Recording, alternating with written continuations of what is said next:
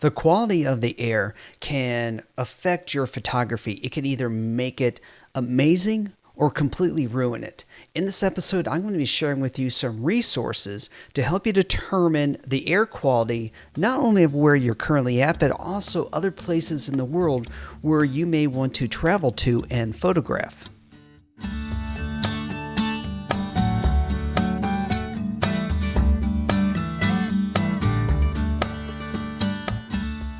If you enjoy photography and love traveling to locations to get your photos, hit that subscribe button and give this video a thumbs up. I've been blessed to travel to many parts of the world, and I've seen the effects that air quality can have on your photographs. I'm not saying it's all bad. Okay, for environmentalists, yes, it is all bad. But you can use air quality to document its environmental effects through your photography. Take, for example, this photo from Yosemite National Park. There were forest fires in the area. Up close in daylight and looking up at El Capitan, you may not notice the haze in the air. Looking at more distant subjects and also looking at the horizon, I can see the blue sky has some haze in it and Half Dome is kind of washed out. While in other areas of the park at higher elevations, I'm not being bothered by the wildfire smoke, and I have brilliant blue skies and crystal clear photos.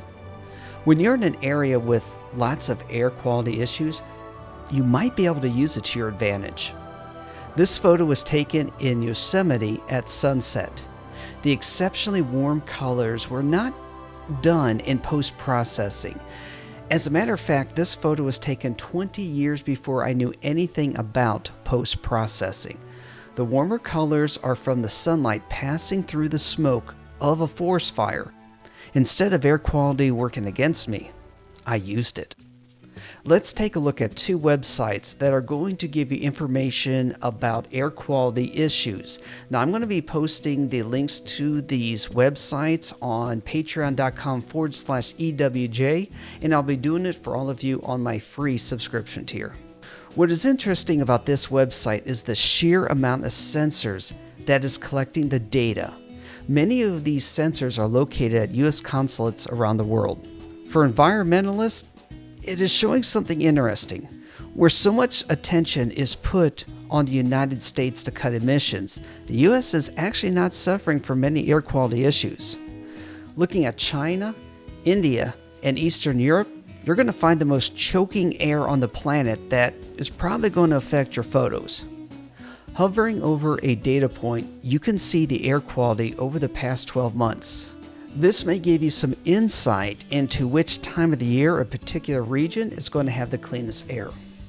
Zooming in on Phoenix and looking at the historical data, I can see the days where I noticed that we've had some very bad air quality here in the Valley of the Sun. This map also shows you how air quality is affected by the winds. Here, Central Africa is added to our list of poor air quality. I'd imagine that this is the sands of the Sahara Desert being blown by the wind. You can see the winds carrying the sand across the Atlantic Ocean. Generally, I prefer areas where there's less air pollution. But sometimes you don't have a choice and you have to work with it. But with tools like these, you can make informed decisions about when you want to visit a particular location. Thank you for watching. Make sure you subscribe so you can join me on more photographic adventures. And y'all take care of yourselves. I'll see you next week.